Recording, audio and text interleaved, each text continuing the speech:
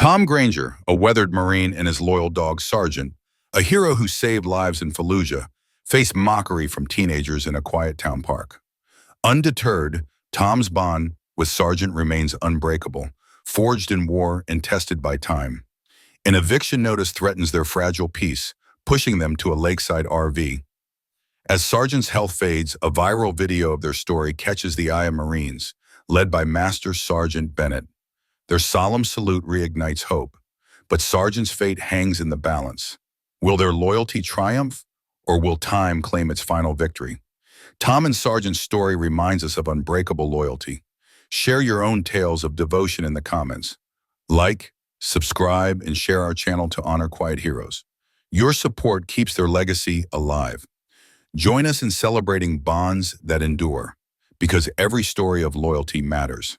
Tom Granger sat motionless on the weathered park bench, his gnarled hand gently tracing the fragile contours of Sergeant's head. The old Labrador lay still across his lap, his once vibrant frame now softened by age, his breathing slow and deliberate. A sharp burst of laughter sliced through the quiet park, jarring Tom from his thoughts. Across the grassy expanse, a cluster of teenagers stood, their phones raised like weapons, capturing the scene with mocking glee. Their voices carried, cruel and careless, jeering at the sight of an old man cradling a ball as if it were something sacred. Tom's jaw tightened, but he didn't look up. He wouldn't give them the satisfaction. Instead, he focused on the warmth of Sergeant's body against his, the faint rise and fall of his chest. A reminder that for now they were still here, together. Hours later, as the sun dipped low and cast long shadows across the park, a sleek black SUV glided to a silent stop near the bench. The vehicle's presence was commanding, its polished surface reflecting the fading light.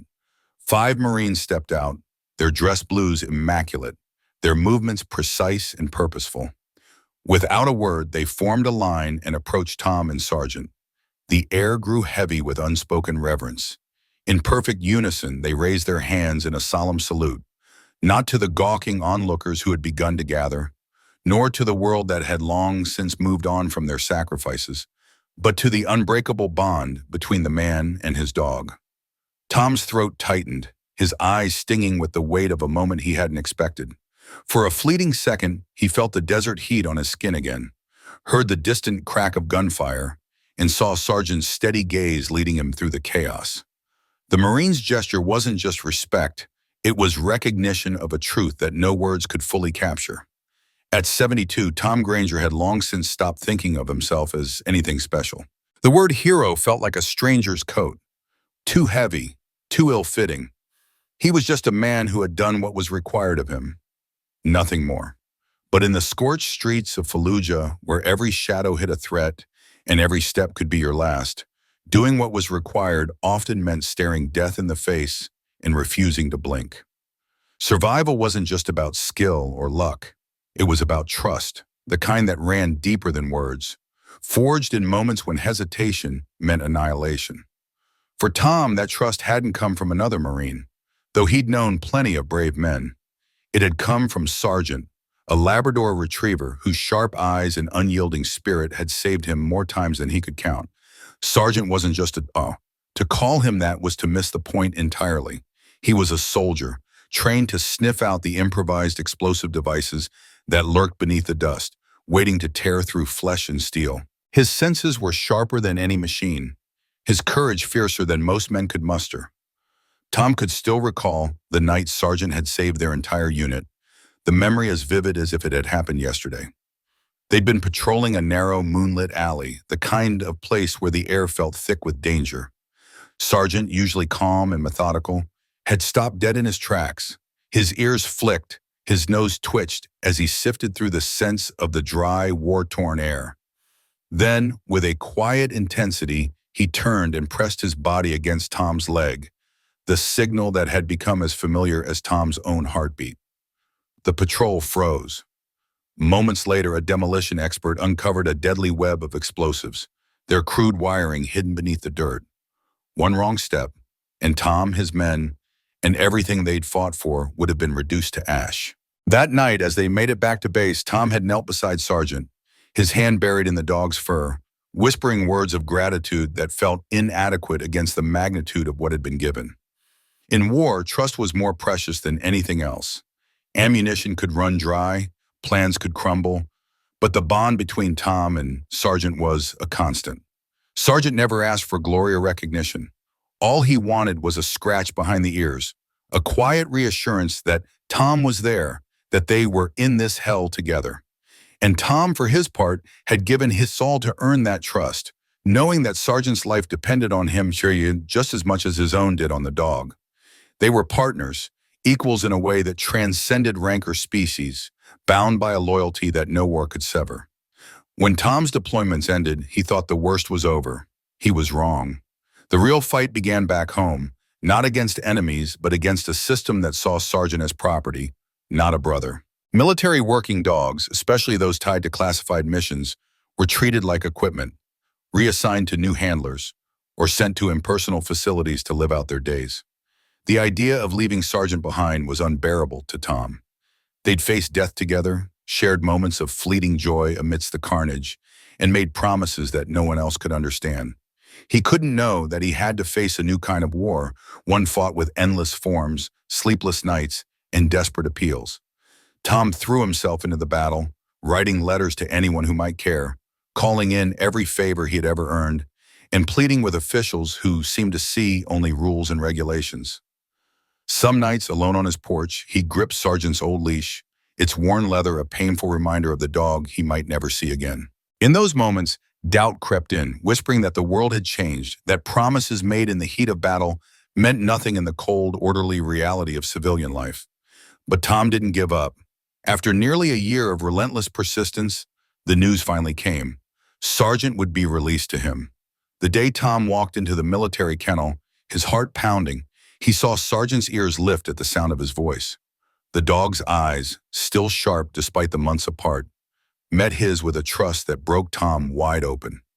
He knelt, pulling him close, feeling the weight of Sergeant's head against his chest as if it could erase all the uncertainty and pain of their time apart. No ceremony, no award could ever match that moment. Sergeant wasn't just a dog. He was family, a piece of Tom's soul, and Tom swore with the same fierce resolve that had carried him through war that he would honor their bond until the end. They had fought together in a desert half a world away, where every day was a new gamble with death. Now they faced the quieter struggles of time. Sergeant's slowing steps, the ache in Tom's bones, the weight of memories that refused to fade. But they faced them side by side, as they always had. Some promises, Tom knew, were forged in blood, dust, and fire. Some promises were meant to last forever. The morning sun lingered just above the horizon, bathing the small town park in a soft golden haze.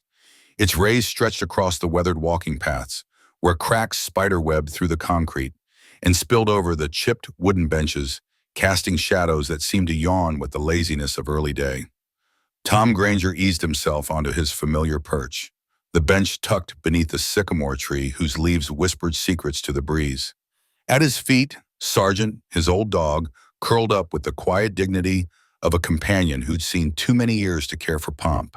The world spun on around them, joggers lost in the rhythm of their earbuds, parents corralling squealing toddlers, couples murmuring terse words over steaming coffee cups. But Tom and Sergeant existed in their own pocket of time, untouched by the bustle. Tom's hand, roughened by years of toil and trial, moved gently over Sergeant's graying fur. His voice, low and warm, wove stories of days long buried. Desert winds that stung like needles, nights so dark the stars seemed to abandon the sky, moments of peril and survival that clung to his bones like damp cold. He spoke to Sergeant not as a pet but as a brother in arms, a confidant who carried the weight of those memories without judgment. To Tom, these conversations were as natural as breathing, a ritual that tethered him to a life he could still claim as his own. But to the strangers passing by, it was something else, a spectacle, a curiosity, a reason to stare. The teenagers noticed him first, a gaggle of them barely old enough to cast a vote, but plenty old enough to wield the sharp-edged cruelty of youth. They clustered near the edge of the path, their sneakers scuffing the dirt, their eyes glinting with the thrill of spotting something to mock. At first, their laughter was soft, a ripple of snickers shared behind cupped hands. But as they watched Tom lean closer to Sergeant, his lips moving in quiet conversation, their amusement grew bolder, spilling out in bursts that echoed across the park. One boy, taller than the rest, with a smirk that seemed permanently etched into his face, pulled out his phone. The screen caught the morning light, reflecting his glee as he angled the camera toward the old man and his dog. "Yo, check this out," he hissed to his friends, his voice dripping with derision. "This dude's having a whole therapy session with his mutt." The others crowded closer, stifling their laughter as the boy zoomed in, capturing the way Tom's head tilted, as if listening to a response only he could hear, the way his calloused fingers traced the curve of Sergeant's ear with a tenderness that felt alien to their world of fleeting trends and viral pranks. Within minutes, the video was dressed up with captions that cut like knives. "Real people don't talk to dogs, you crazy old man. When your only friend's got 4 legs and no brain." The words were as hollow as the laughter that followed, slicing through the tranquil morning air with a brutality that felt almost practiced. Tom heard it all. The sound of their mockery reached him, sharp and unmistakable, like the crack of a distant gunshot. But he didn't react the way they might have hoped.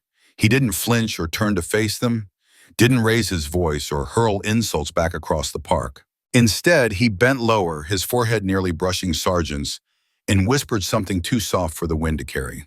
It was a moment of defiance, not in anger but in quiet resolve, a private vow between two souls who'd earned the right to shut out the world's noise. Sergeant's cloudy eyes flicked upward, meeting Tom's, and for a fleeting second, it was as if the dog understood every syllable, every unspoken ache in his master's heart.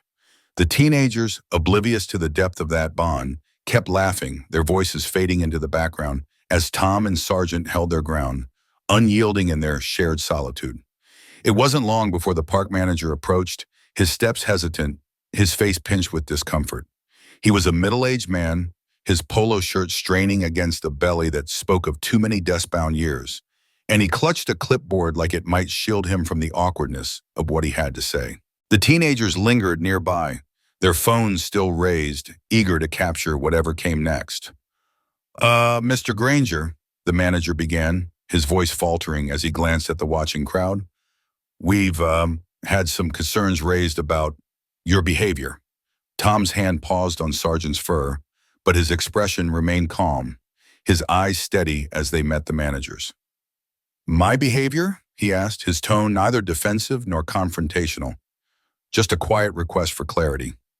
The manager shifted his weight, clearing his throat. "Yes, sir. Some visitors, they're uncomfortable.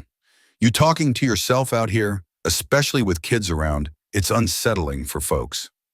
Tom's gaze dropped to Sergeant, who lifted his head slightly, his arthritic joints creaking as if he sensed the tension coiling in the air. "I'm not talking to myself," Tom said simply, his voice carrying the weight of truth. "I'm talking to my dog, same as I do every day." The manager's face reddened, and he tugged at his collar as if it were choking him. "Well, maybe you could do that at home instead," he suggested, his words stumbling over each other.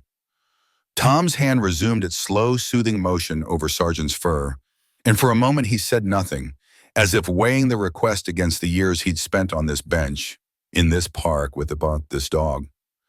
"No trouble," he said at last, his voice soft but resolute. "We'll be on our way." With a slowness that spoke of both age and dignity, Tom rose from the bench, his knees protesting the effort.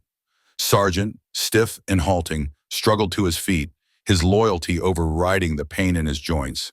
Together they moved away from the bench, their steps deliberate, unhurried, as if to prove that no amount of laughter or judgment could rush them out of their shared world. Behind them, the whispers and giggles of the onlookers faded into the rustle of the sycamore leaves, but Tom and Sergeant carried something stronger, an unspoken bond that no cruelty could break. They were a soldier and his battle brother, misunderstood by a world too shallow to see their truth, but unbroken by its scorn. Days later, on a quiet Wednesday, a letter arrived. It was slipped into the rusted mailbox outside Tom Granger's aging apartment, a plain white envelope that hung precariously from the metal slot. There was no ceremony, No knock at the door, no human voice to soften the blow. Just cold, black ink on sterile paper, the kind of words that could unravel a life with merciless precision. The notice was blunt, eviction, for violating the building's pet policy. Tom stood in the dim hallway, the paper trembling slightly in his hands, and felt the weight of a world that seemed determined to strip away the last of what he held dear. Sergeant lay at his feet, oblivious to the words that threatened to upend their shared existence, his steady breathing a quiet reminder of the loyalty that still anchored Tom's heart. The universe, it seemed, was not yet done testing them, but something stirred in the silence. A spark of resilience, a promise that their story was far from over. Tom Granger sat at the small, wobbly table inside his battered RV, the letter from the apartment complex clutched in his calloused hands. His eyes scanned the words again, each syllable sinking into his gut like a stone. Failure to provide authorized documentation. The phrase was cold, impersonal, a bureaucratic jab that dismissed everything he and Sergeant had endured. His brow creased, the lines on his weathered face deepening as he read it a second time, hoping somehow the words would rearrange themselves into something less cruel. They didn't. The letter didn't care that Sergeant, the dog who'd once sprinted through a hail of bullets to save a squad of Marines, was no mere pet. It didn't acknowledge the countless forms Tom had meticulously filled out, each one detailing Sergeant's service, his commendations, the shrapnel scars that still marred his flank.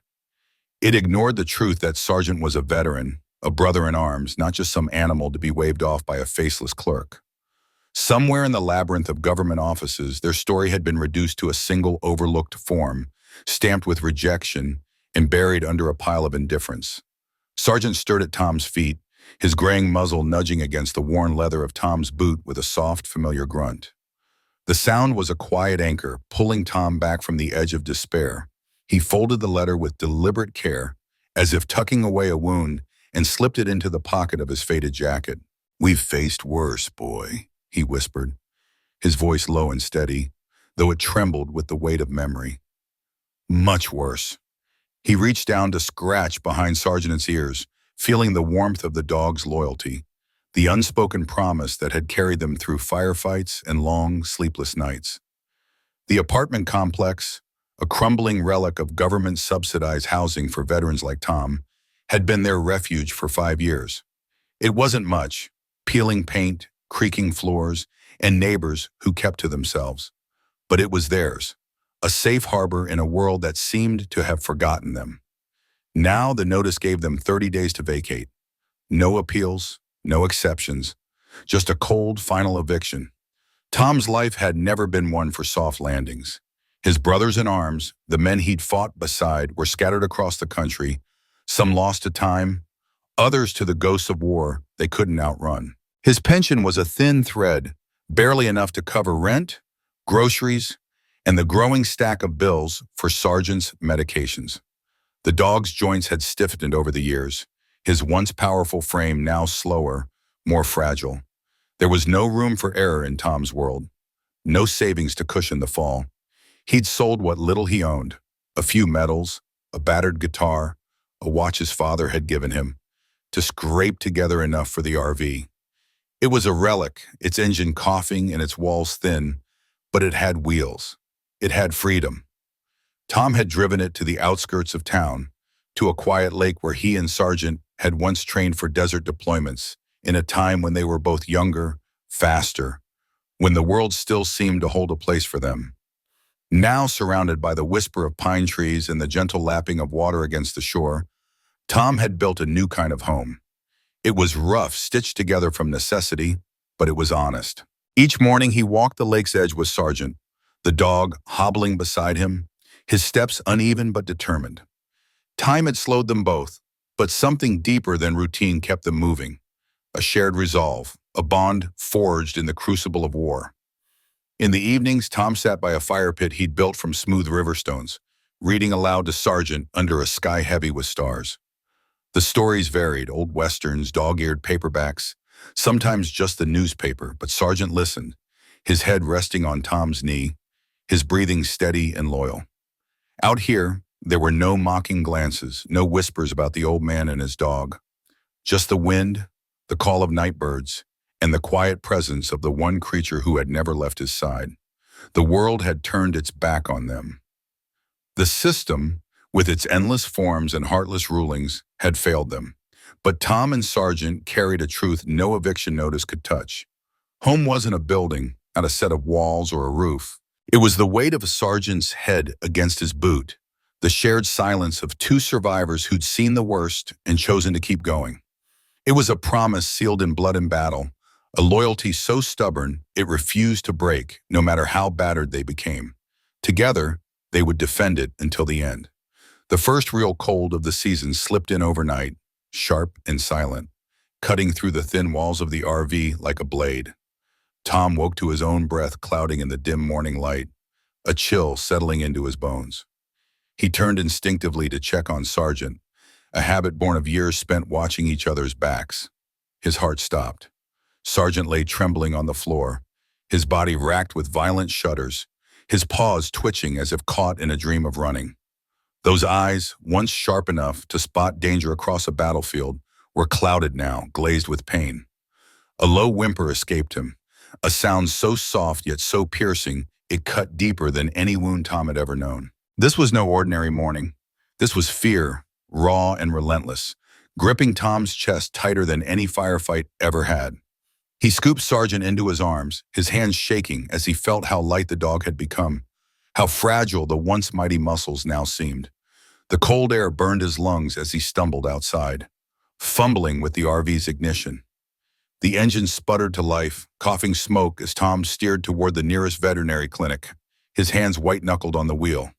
The drive was a blur, his mind racing with memories of Sargent bounding through training fields, of the boy dragging a wounded Marine to safety, of quiet nights by the lake when the world felt whole again. Tom's voice broke as he whispered, "Hold on. Boy, just hold on." He didn't know if he was pleading with Sargent or with fate itself. All he knew was that he couldn't lose him. Not now, not ever. The weight of desperation clung to Tom Granger like a second skin as he stumbled into the veterinary clinic, his arms trembling under the frail form of Sargent, his loyal companion. The words looped in his mind, a mantra born of fear and love. "Hold on, boy, just hold on. We're almost there." The sterile air of the clinic hit him like a slap, sharp and cold, as he staggered to the reception counter. Sargent's shallow breaths rasped against his chest, each one a fragile thread tethering the old dog to life. Tom's voice broke as he spoke, raw and jagged from exhaustion and dread. "Please," he said, the words scraping his throat. "He needs help. I don't have much, but I'll do anything. Work it off, whatever it takes. Just save him." The receptionist, young and detached, barely lifted her eyes from the computer screen. Her fingers tapped lazily at the keys, her expression as flat as the linoleum floor. "Payments required up front," she said, her voice monotone, as if reciting a line she'd delivered 100 times before. "It's policy. If you can't pay, there's a shelter across town with alternative services."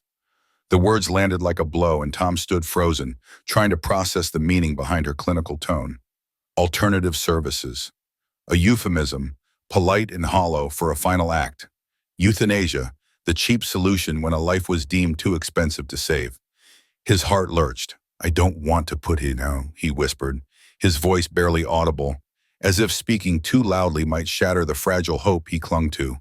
"I want to save him." "I'm sorry, sir," she replied, her tone unchanged, her eyes still fixed on the screen. "It's policy." Policy. To her, it was just a word, a rule to enforce.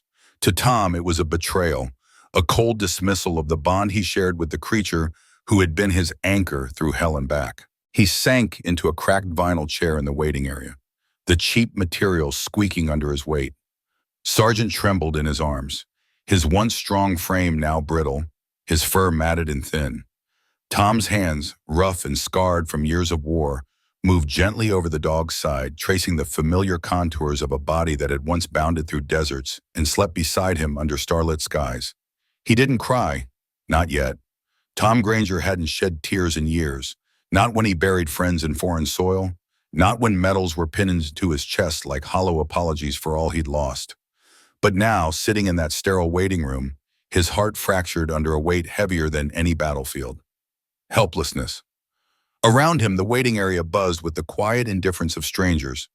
Some cast pitying glances, their eyes softening for a moment before looking away. Others didn't bother to notice, their attention buried in phones or magazines. A teenage boy in the corner, his face lit by the glow of his phone, recognized Tom from a viral video, a clip that had already made the rounds online mocking the crazy old vet and his dying dog. The boy smirked, angling his phone to capture another moment of Tom's pain, another chance to turn loyalty into a punchline for likes and shares. Tom didn't care. The world's judgment meant nothing now. The only audience that mattered was slipping away in his arms, and he would not let Sergeant face that darkness alone. That night, back in the cramped, weathered RV that served as their home, Tom sat on the floor, the cold seeping through the thin walls. He crushed the last of his pain medication into Sergeant's water, his hands shaking as he stirred it, willing it to ease the old Marine's suffering. He wrapped Sergeant in his faded jacket, the same one that had shielded them both during sandstorms in Iraq, and sat beside him, a battered paperback in his hands. The words he read aloud were soft, steady, a lifeline against the howling wind outside. Stories of rivers and deserts, of nights under endless stars spilled from his lips, not just for Sergeant, but for himself, a way to hold on to the memories that bound them. "You stayed with me when no one else could," he murmured into the darkness, his voice thick with unspoken grief. "My turn now, boy, my turn." The RV creaked under the weight of the wind, but inside loyalty kept its vigil, a quiet flame refusing to let go. Morning broke heavy and gray, the sky pressing down on the silent RV like a leaden shroud. Tom sat on the floor, his back against a cabinet, Sergeant's frail body cradled against his chest. The dog's breathing was faint now, each exhale a soft, rattling sigh that seemed to pull a piece of Tom's soul with it.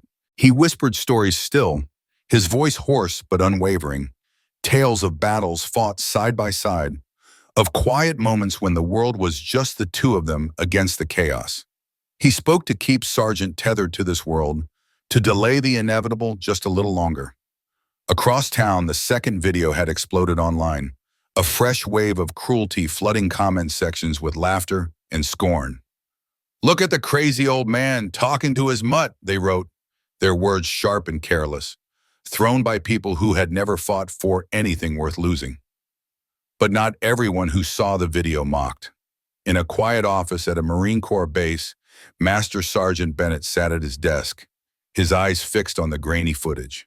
The sight of Tom Granger, haggard, unyielding, cradling his dying companion, stirred something deep within him, a memory of promises made under fire, of loyalty that didn't falter when the world turned away. Bennett, a decorated veteran who hadn't worn body armor in years, felt the weight of recognition.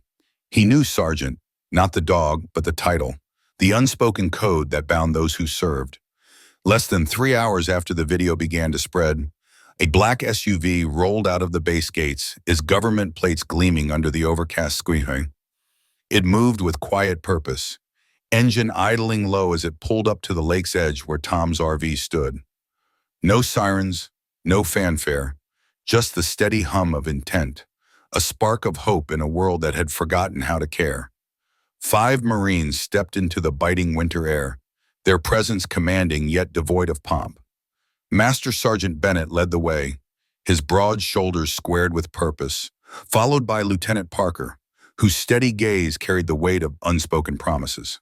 Behind them came Corporal Ruiz, Lance Corporal Jackson, and Private First Class Ellis, each man clad in impeccable dress blues, their polished shoes gleaming like obsidian mirrors, their medals catching the faint sunlight in glimmers that felt like distant stars.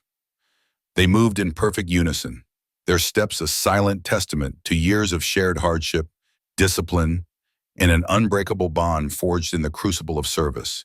Each carried not just the weight of their uniform, but the quiet pride of a mission that transcended orders, a mission rooted in loyalty to one of their own. Inside the cramped RV, Tom Granger sat hunched, his world narrowed to the fragile warmth of Sergeant, the old dog curled against his chest. The knock at the door barely registered, a distant intrusion into the fog of his thoughts. He rose slowly, his body stiff from sleepless nights and the ache of memories he couldn't outrun. Opening the door, he was met first by a gust of icy air that stung his weathered face, then by the sight of 5 Marines standing at attention, their postures rigid, their faces etched with a solemnity that made his breath catch. Their eyes held his, unwavering, as if they saw not just the man before them, but the entirety of his story, the battles fought, the losses endured, the loyalty that had never faltered. "Mr. Tom Granger," Master Sergeant Bennett said, his voice steady, but laced with a reverence that carried the weight of recognition. He stood tall, his presence a bulwark against the world's indifference, his words deliberate, as though each syllable was meant to anchor Tom in this moment. "Sir," Lieutenant Parker added, stepping forward just enough to bridge the gap between them, his tone softer but no less resolute. "We're here for you and Sergeant." The words landed like a lifeline, but Tom's mind reeled, struggling to process the scene before him. His throat tightened, his voice a hoarse whisper as he managed, "I don't understand." Bennett's eyes softened, though his posture remained unyielding. "You shouldn't have to," he said simply, his words carrying a quiet conviction. "You served your country, you protected your brother, and you never abandoned him. Not even now." The truth in those words pierced Tom's heart, stirring a flood of emotions he'd long buried. Pride, grief, and the faint flicker of hope he hadn't dared to feel in years. Without another word, the 5 Marines snapped into a crisp salute, their movements precise, their purpose singular. This was no performance for cameras or crowds. It was a gesture of profound respect, offered to Tom and to Sergeant, the dog who had served as faithfully as any soldier, whose loyalty had matched their own through the chaos of war. Tom's arms tightened around Sergeant, the dog's frail body a grounding weight against his chest. He stood a little straighter, his own salute slow and deliberate, imbued with a dignity that came from understanding the gravity of this moment. No laughter mocked them here. No judgment cast shadows. There was only the quiet, thunderous acknowledgment of a bond that time could not erode. For the first time in what felt like a lifetime, Tom didn't feel like a ghost haunting the edges of the world. He felt seen.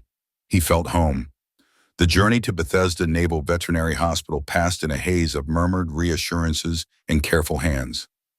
Inside the black SUV, Sergeant lay wrapped in a thick wool blanket, his head resting on Tom's lap, his breathing shallow but steady.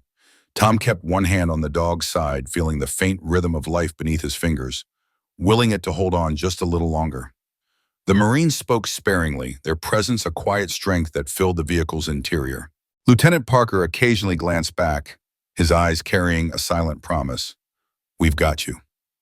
Corporal Ruiz, seated beside Tom, offered a small nod, his expression one of shared understanding, as though he too knew the weight of carrying a brother through the aftermath of war.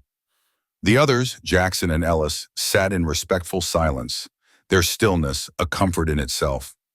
At the hospital, a team of veterinarians and staff awaited, their efficiency honed by a sense of duty reserved for those who had served. There were no bureaucratic delays, no demands for payment, just swift, expert care delivered with the urgency typically reserved for wounded warriors. Sergeant was gently lifted onto a stretcher designed for military working dogs, his service record reviewed not by indifferent clerks, but by officers who understood the magnitude of his contributions. As the hospital doors swung shut behind them, Tom stood outside in the pale winter light, his breath visible in the cold air. He felt unmoored, stunned by the realization that he was no longer fighting alone. Without his asking, his brothers and sisters in arms had answered a call he hadn't even known how to voice. Word of their story spread quickly, not the distorted, mocking version that had once circulated, but the real one, the story of Tom Granger, the Marine who refused to abandon his battle buddy, and Sergeant, the dog who had saved lives in the crucible of Fallujah. The jeering teenagers who had once laughed thoughtlessly at Tom's devotion began to fade into the background as the truth took root. People across the base, the town, and beyond began to see them not as a curiosity, but as a testament to loyalty and sacrifice. Veteran organizations from neighboring states rallied, pooling resources with a speed and generosity that left Tom speechless. Within days, they gifted him a small cottage by a serene lake, far from the chaos of his past. It was mortgage-free, a haven of peace with wide paths for sergeants recovering, legs and a wraparound porch where Tom could read aloud, and as the sun dipped below the horizon, painting the water with hues of fire and gold. The world that had once turned its back on them now turned toward them, moved by respect and recognition. A teenager who had once mocked Tom stood before a news crew, his voice trembling with remorse.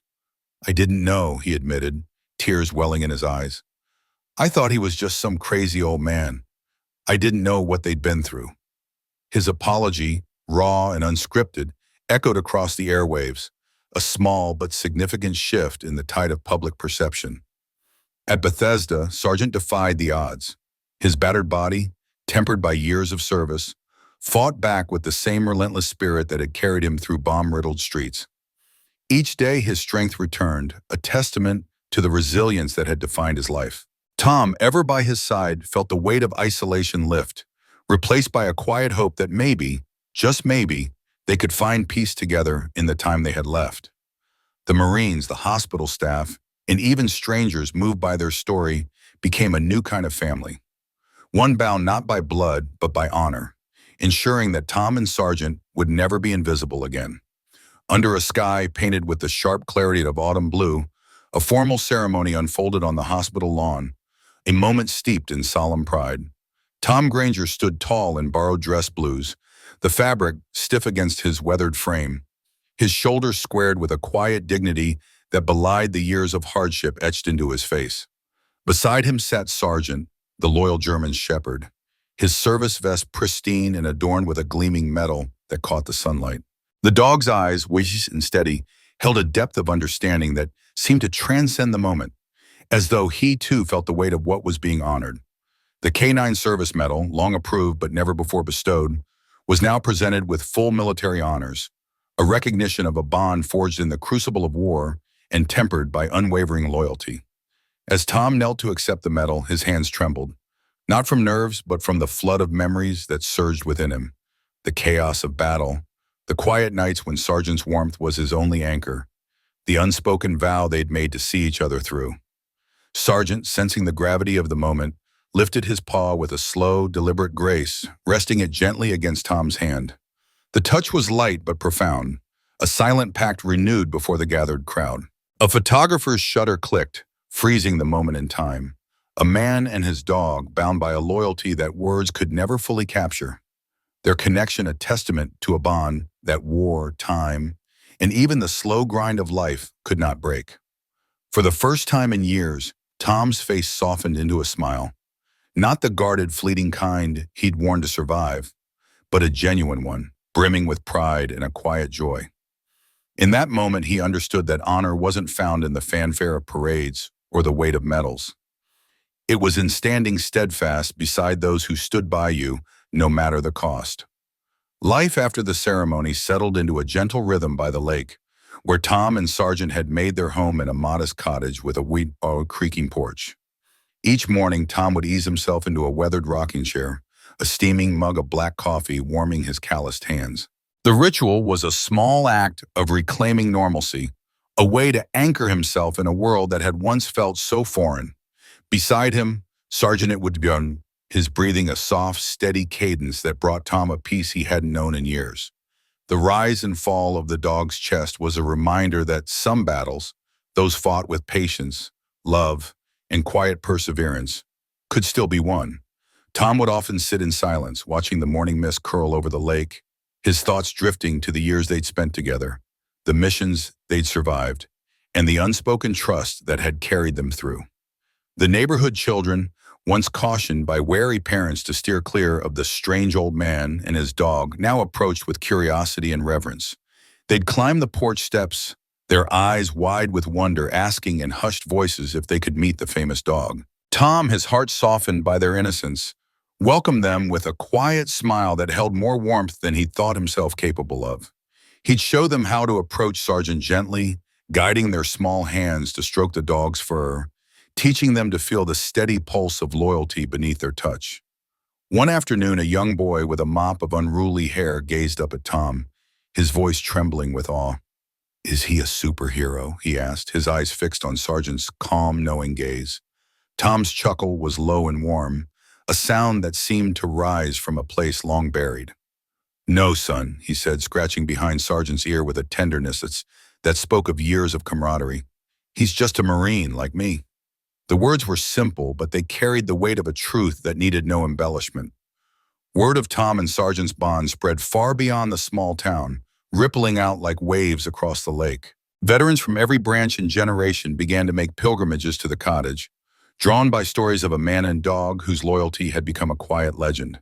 Some arrived during long, meandering drives, leaving tokens on the porch: a worn challenge coin, a faded unit patch, a handwritten note folded with care and tucked beneath a smooth riverstone.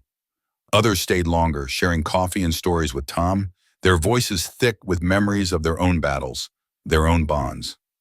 Some simply stood at a respectful distance, offering a crisp salute to the pair before turning to leave, their steps lighter, as though the sight of Tom and Sergeant had rekindled a spark of hope within them.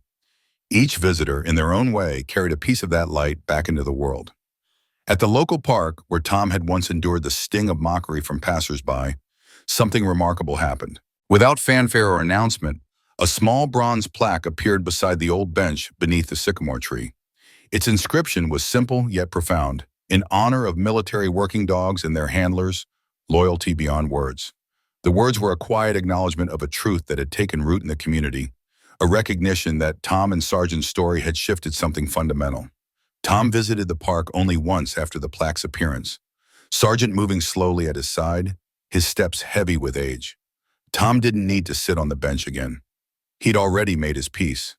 The world hadn't changed because it was forced to, but because a stubborn, unbreakable bond had refused to be forgotten, quietly demanding respect in its steadfast existence. As the seasons turned, Sergeant's steps grew slower, his naps longer, his once vibrant energy softened by the weight of years. Tom watched the changes with a heavy heart, knowing their time together was drawing to a close. Yet he also knew that their legacy wasn't measured in the years they had left, but in the lives they'd touched, the dignity they'd reclaimed, and the honor they'd refused to let slip away. One evening, as the sun sank low behind the lake, casting a golden glow across the water, Sergeant lifted his muzzle to the sky and let out a long, low howl. The sound was not one of sorrow, but of remembrance, a haunting melody that seemed to carry the weight of their shared history. Tom rested his hand on the dog's back, steady and sure, his touch a silent promise that needed no words. Some bonds, once forged, echo far beyond the years they are lived, their resonance felt in every quiet act of honor. Tom knew that Sergeant's story, their story, would endure, not because it was loud or grandiose, but because true loyalty never fades. It lives on in the small, steadfast moments, whispered from one generation to the next. A reminder that even in a world that moves too fast, where loyalty can seem like a relic of the past, there are heroes who limp, who sleep more than they used to, but remain heroes until their final breath. Tom Granger was not the kind of man who sought the spotlight. His days were shaped by routine, the quiet rhythm of a life spent in the small town of Willow Creek, where the sun rose over rolling fields and set behind the silhouettes of ancient oaks. To the townsfolk, Tom was a familiar figure, a weathered man with calloused hands, a soft smile, and a loyal companion at his side. Sergeant, a scruffy German shepherd with soulful eyes that seemed to carry the weight of 1,000 unspoken stories. Together they were a pair bound by something deeper than words, a bond forged through years of shared joys, silent struggles, and unwavering devotion. Tom's heart held a quiet pride in Sergeant. The dog wasn't just a pet, he was a confidant, a witness to the moments that defined Tom's life. On warm summer evenings, they'd sit on the porch, Tom strumming an old guitar while Sergeant lay at his feet, ears twitching at the gentle hum of crickets. In those moments, Tom felt a peace that was rare in a world that seemed to grow louder and more chaotic by the day. He'd look at Sergeant and think about how the dog had been there through it all, through the laughter of better days, through the ache of loss when Tom's wife passed, through the long nights when loneliness crept in like a thief. Sergeant never judged, never wavered. His steady presence was a reminder that some things in life were still true, still worth holding on to. Sergeant, too, carried his own quiet burdens. His fur was streaked with gray, his gait slower than it once was, but his loyalty to Tom burned as fiercely as ever. In his younger days, he'd bound across the fields with reckless joy, chasing rabbits and barking at the wind. Now he moved with a deliberate grace, as if each step was a testament to his determination to stay by Tom's side. At night, when Tom's breathing grew heavy with sleep, Sergeant would lie awake, his eyes fixed on the door, ever vigilant. He sensed Tom's fragility, the way age had begun to carve lines into his face and steal the strength from his hands. Sergeant didn't understand the passage of time, but he felt its weight in the way Tom moved, in the way his voice softened when he called Sergeant's name. And so the dog stayed close, his heart tethered to the man who had given him a home, a purpose, a love that asked for nothing in return. Their bond was not the stuff of grand tales, but it was profound in its simplicity. In a world that often celebrated the loud and the fleeting, Tom and Sergeant's loyalty to each other was a quiet rebellion to her. A refusal to let go of what mattered, even when the world turned its gaze elsewhere. They faced their share of hardships, the winters when money was tight and Tom skipped meals to ensure Sergeant had food, the summers when illness confined Tom to bed and Sergeant refused to leave his side, his head resting on Tom's chest and as if willing him to heal. Through it all, they chose each other, again and again, in ways that were small but fierce, unnoticed but enduring. The people of Willow Creek saw their devotion, though few spoke of it. In a town where gossip traveled faster than the wind, Tom and Sergeant's story was a quiet one, easily overlooked amid the clamor of daily life. Yet it lingered in the hearts of those who paid attention. The shopkeeper who noticed how Tom always bought the same brand of dog food, even when he could barely afford his own groceries. The children who giggled as Sergeant wagged his tail at their games, his eyes always darting back to Tom as if to say, "I'm here, but I'm his." Their loyalty was a living testament to something timeless, a reminder that true honor wasn't found in fanfare or fleeting praise, but in the steadfast choices made when no one was watching. Today, the world feels different from the one Tom and Sergeant knew. The battles we face are less visible, but no less real. The ache of loneliness that haunts our elders, the chasm of misunderstanding that separates generations, the slow erosion of values that once held communities together. Yet the lesson of Tom and Sergeant's story endures. Loyalty, the kind that stands firm through laughter and tears, through abundance and scarcity, is not a relic of the past. It's a living legacy carried in the hearts of those who choose to stay when it's easier to walk away. It's in the friend who listens without judgment, the neighbor who checks in without being asked, the pet who greets you with unwavering love, no matter how heavy your day has been. Tom and Sergeant's story is a call to remember what matters. It's a reminder that the bravest acts are often the quietest, the decision to show up, to care, to hold fast to those who need us, even when the world moves on. Their bond, built slowly and fiercely over years of shared moments, challenges us to look at our own lives. Have we stood by someone the way Tom stood by Sergeant? Have we been as steadfast as Sergeant, refusing to abandon those who matter most? In a world that often forgets the power of quiet heroes, their story is a beacon, urging us to choose loyalty, to choose honor, to choose love, even when no one is watching.